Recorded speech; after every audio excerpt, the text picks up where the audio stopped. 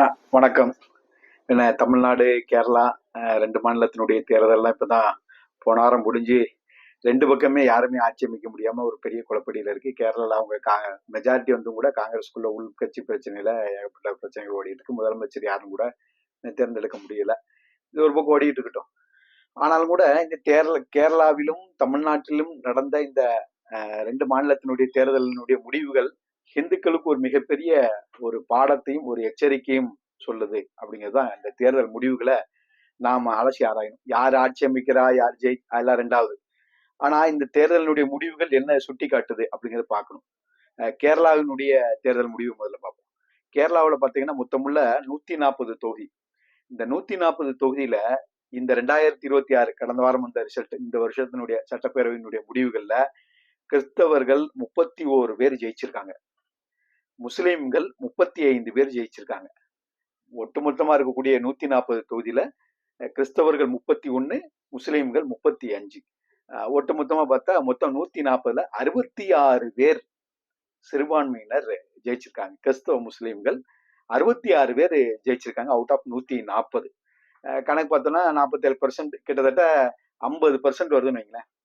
பாதிக்கு பாதி கேரளாவினுடைய சட்டசபையில இன்னைக்கு கிறிஸ்தவ முஸ்லிம்களினுடைய எம்எல்ஏக்களினுடைய ஆதிக்கம் வந்துடுச்சு. இது யோசிக்க வேண்டிய விஷயம். நம்ம ஏன்னா கடந்த தேர்தலில் பார்த்தீங்கன்னா எப்படி இருந்தது, இந்த தேர்தல் எப்படி இருக்குங்கிறது நம்ம பார்க்கணும். இந்த தேர்தலில் காங்கிரஸினுடைய கூட்டணி, கேரளால காங்கிரஸ் கூட்டணியில IMUL போட்டியிடாங்க. இந்திய யூனியன் முஸ்லீம் லீக்ங்கிற கட்சி வந்து போட்டி போடுறாங்க. அவங்க 25 தொகுதியில கடந்த ஆண்டு போட்டி போட்டாங்க. 25ல 15 போன தடவை ஜெயிச்சாங்க. இந்த தடவை காங்கிரஸ் கூட்டணியில 27 தொகுதி போட்டிடுறாங்க. 27 தொகுதியில 22 தொகுதி ஜெயிச்சிருக்கிறாங்க. இந்திய யூனியன் முஸ்லீம் லீக். யார் இந்த இந்திய யூனியன் முஸ்லீம் லீக் ஞாபகம் இருக்கா? முகமது அலி ஜின்னா ஆரம்பிச்ச தலைமை தாங்கிய இந்திய யூனியன் முஸ்லீம் லீக். நாங்க இந்துக்களும் முஸ்லீம்களும் ஒன்று சேர்ந்து இருக்க முடியாது, எங்களுக்கு தனி நாடு கொடுங்க, பாகிஸ்தான் நாடு கொடுங்கன்னு சொல்லி முகமது அலி ஜின்னா பிரிச்சுட்டு போனாலே அந்த துவங்கிய முஸ்லீம் லீக். அவர் துவங்கி பாகிஸ்தானை பிரிச்சதுக்கு அப்புறம் அதுல இருந்து பிரிஞ்சு வந்து இவங்க இந்திய யூனியன் முஸ்லீம் லீக்னு ஆரம்பிச்சுக்கிட்டாங்க.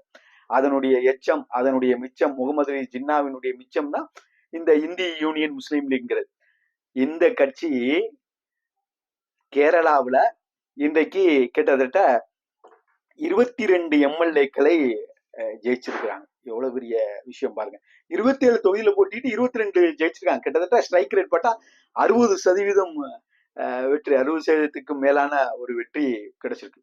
இது இந்துக்கள் ரொம்ப யோசிக்க வேண்டிய விஷயம். கேரளாவினுடைய மொத்த சட்டமன்ற உறுப்பினர்களில் கிட்டத்தட்ட 50% இன்றைக்கு கிறிஸ்தவர்களும் முஸ்லீம்களும் வெற்றி பெற்றிருக்கிறார்கள். ஆனா என்ன காரணம்னா, அவர்கள் முஸ்லீம்களும் கிறிஸ்தவர்களும் ஒன்று சேர்ந்து அவர்கள் தங்களுடைய மதத்தை சார்ந்தவர்களை பிரதிநிதியாக இன்றைக்கு தேர்ந்தெடுத்திருக்கிறார்கள். அவர்கள் அந்த மதத்தின் மக்கள் இடத்துல, வாக்காளர்கள் இடத்துல, கிறிஸ்தவர்கள் வாக்காளர்கள் இடத்திலும் சரி, முஸ்லிம் வாக்காளர்கள் இடத்திலும் சரி ஒரு ஒற்றுமை இருக்கிறது. தங்கள் இனத்தை சார்ந்தவர்கள், தங்கள் மதத்தை சார்ந்தவர்கள் வெற்றி பெற வேண்டும் என்று இன்னைக்கு அவர்கள் வெற்றி பெற வைத்திருக்கிறார்கள். அதனுடைய விளைவுதான் இன்னைக்கு கேரளாவில் மொத்தமுள்ள 140 தொகுதிகளில் கிட்டத்தட்ட 66 தொகுதிகளில் கிறிஸ்தவ முஸ்லிம்கள் வெற்றி பெற்று இன்றைக்கு எம்எல்ஏக்கள் ஆகியிருக்கிறார். இது கேரளாவில் உள்ள நிலைமை. நீங்க தமிழ்நாட்டுல என்ன நிலைமை, அதையும் பார்க்கணுமா வேண்டாமா? நம்ம தமிழ்நாட்டுல என்ன நிலைமை இருக்கு அப்படின்னு பார்த்தா, எல்லாரும் சொல்றாங்க விஜய் ஜெயிச்சிட்டாரு, விஜய் அவ்வளவு மக்கள் வாங்கிட்டாரு, எல்லா குழந்தைகள்கிட்ட இருந்து பெரியவர்கள் வரைக்கும் பார்ட்டி வரைக்கும் அத்தனை பேருடைய ஓட்டை வாங்கி பெரும்பான்மையா ஜெயிச்சிட்டாரு அப்படிங்க. ரொம்ப சந்தோஷம். 108 இடத்துல ஜெயிச்சிருக்கிறாரு, வாழ்த்துக்கள், உண்மைதான்.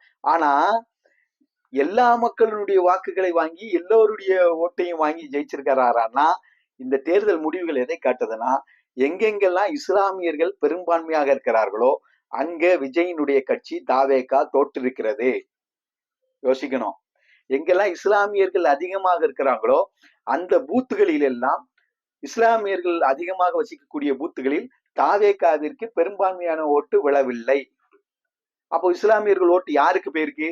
தமிழ்நாட்டுல, நான் உத்தரப்பிரதேசத்துல, பீகார்ல, கேரளால சொல்லல, தமிழ்நாட்டுல இப்ப நடந்து முடிந்த போன வாரம் அந்த வெளியான சட்டமன்ற தேர்தல் முடிவுகள்ல தமிழ்நாட்டுல இஸ்லாமியர்கள் எங்கெங்கெல்லாம் அதிகமாக இருக்கிறார்களோ அந்த பூத்துகளில் எல்லாம் திமுக அதிகமான வாக்குகளை வாங்கியிருக்கிறது.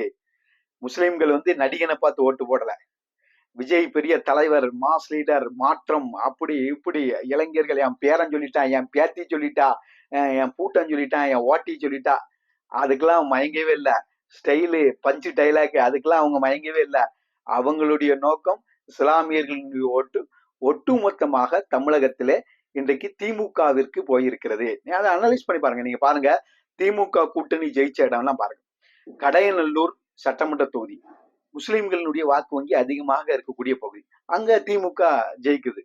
அதே போல திருச்செந்தூர் சட்டமன்ற தொகுதி, காயல்பட்டினம் போன்ற பகுதிகள் எல்லாம் இருக்கக்கூடிய சிறுபான்மை ஓட்டுகள் அதிகமாக இருக்கக்கூடிய தொகுதி, அங்க திமுக ஜெயிக்குது. கன்னியாகுமரி மாவட்டம் சிறுபான்மையினர் பெரிய அளவு, மிகப்பெரிய அளவுல கணிசமாக இருக்கக்கூடிய தொகுதி, கிட்டத்தட்ட 45% 50% இருக்கக்கூடிய சிறுபான்மையர்கள் இருக்கக்கூடிய தொகுதி கன்னியாகுமரி மாவட்டம்.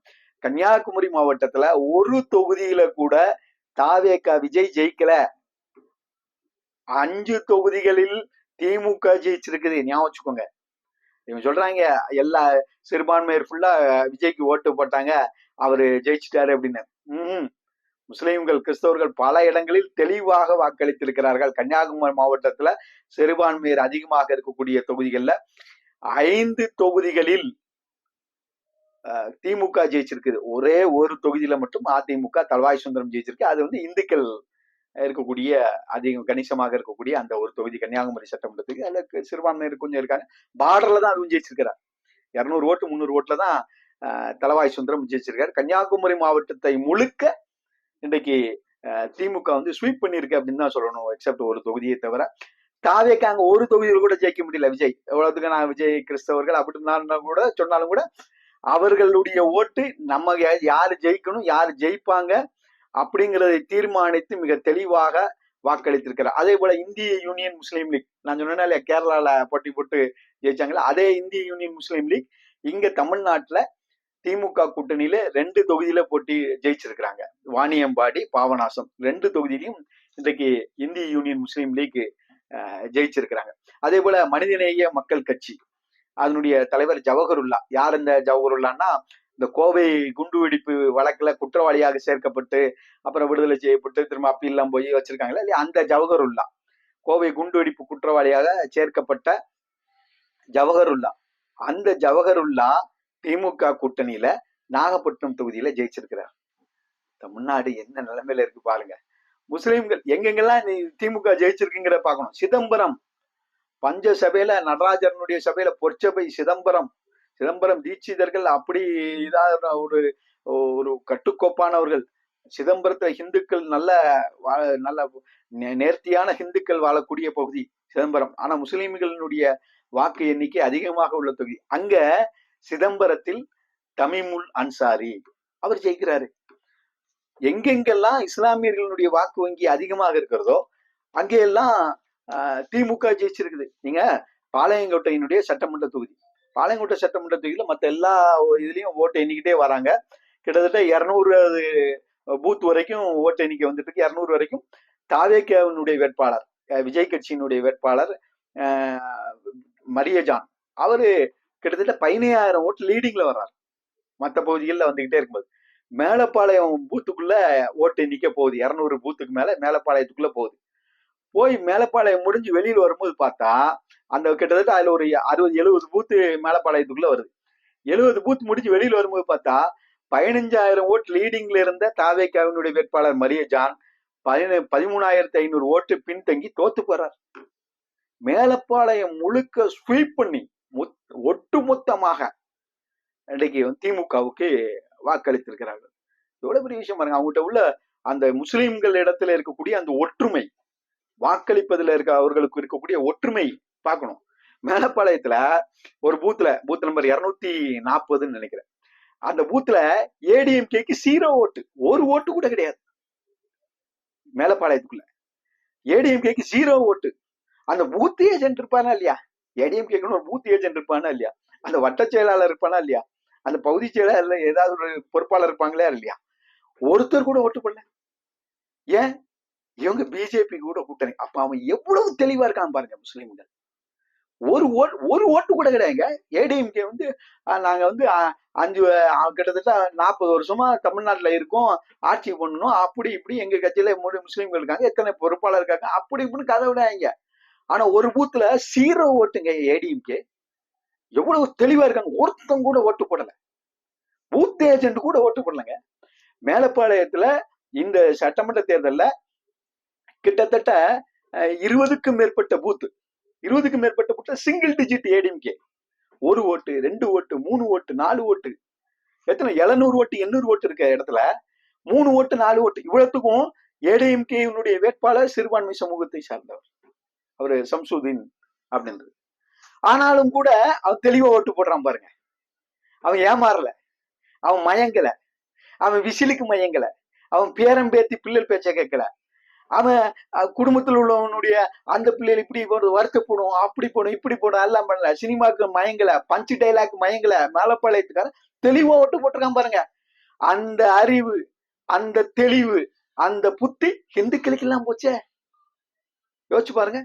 தமிழ்நாட்டுல இன்னைக்கு பல இடங்கள்ல சிறுபான்மையை, குறிப்பாக முஸ்லீம்கள் அதிகமாக இருக்கக்கூடிய பகுதிகளில் எல்லாம் நீங்க பூத் எடுத்து பாருங்க. திருநெல்வேலி சட்டமன்றம் என்னங்க, திருநெல்வேலி சட்டமன்றத்துல பேட்டை பகுதியில ஒரு பூத், பேட்டை பகுதியில கிட்டத்தட்ட 3 பூத்து, 3 பூத்துல ஏடிஎம்கே வாங்கின ஓட்டு 7, 4, 6 சிங்கிள் டிஜிட். அதே பூத்துல திமுக வாங்கின ஓட்டு 308, 262, 265. விஜய் வாங்கின ஓட்டு 68, 74, 46. முஸ்லிம்கள் எவ்வளவு தெளிவா ஓட்டு போட்டிருக்கான் பாருங்க. ஒரு பூத்துல விஜய்க்கு வந்து 78 ஓட்டு, அதிமுகக்கு 7 ஓட்டு, திமுகக்கு 308 பூத்து, 308 ஓட்டு. திருநெல்வேலி சட்டமன்றம். இங்க எந்த இஸ்லாமிய வேட்பாளரும் கிடையாது, இதுவும் கிடையாது. திமுக அதிமுக எல்லாம் நிக்கிறது. ஆனாலும் கூட அவங்க எவ்வளவு தெளிவா ஓட்டு போடாம. இன்னொரு பூத்துல ஏடிஎம்கேக்கு 4 ஓட்டு, பேட்டையில, திருநெல்வேலி பேட்டையில ஏடிஎம்கேக்கு 4 ஓட்டு, திமுகக்கு 262 ஓட்டு,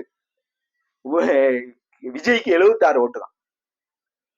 பாருங்க, முஸ்லிம்கள் ரொம்ப தெளிவா போட்டுருக்காங்க. இந்த 76, 46 கூட அதிகமான ஓட்டுகள். சில இடங்கள்ல இவங்களை விட கிட்டத்தட்ட ஒரு பூத்துல 800 ஓட்டு 900 ஓட்டு இருக்குன்னு சொன்னா, அந்த 900 ஓட்டு போலிங் ஆயிருக்குன்னா, போலிங்கான 900 ஓட்டுல 750 ஓட்டு திமுக வாங்கியிருக்கு. 85% வாக்குகள், 90% வாக்குகள் பூத்துகள்ல சிறுபான்மையர், குறிப்பாக முஸ்லீம்கள் இருக்கக்கூடிய பகுதிகளில் இருக்கக்கூடிய பூத்துகள்ல 90% ஓட்டுகள், 95% ஓட்டுகளை திமுக வாங்கியிருக்கிறது. தெளிவா ஓட்டு போட்டுருக்காங்க முஸ்லீம்கள். நம்ம ஆட்கள் தான், இந்துக்கள் தான் நடிகை மாற்றத்தை கொண்டு வருவாரு. அதிமுகவுக்கும் திமுகவுக்கும் ஒரு மாற்றம் வேணுங்க, என் பேத்தி சொல்லிட்டா, என் மகா சொல்லிட்டா, இப்படிலாம் போட்டு ஓட்டை வீணாக்கி இன்றைக்கு ஜோசப் விஜய் என்கின்ற ஒரு கிறிஸ்தவரை தமிழகத்தினுடைய முதலமைச்சராக அமர வைப்பதற்கு இந்துக்கள் யோசிக்க வேண்டும். இந்துக்கள் வாக்களிப்பதற்கு பழக வேண்டும். சிந்தித்து வாக்களிக்க பழக வேண்டும். யோசிப்போம். வருங்காலங்களிலாவது நாம் சிந்திப்போம். நன்றி, வணக்கம்.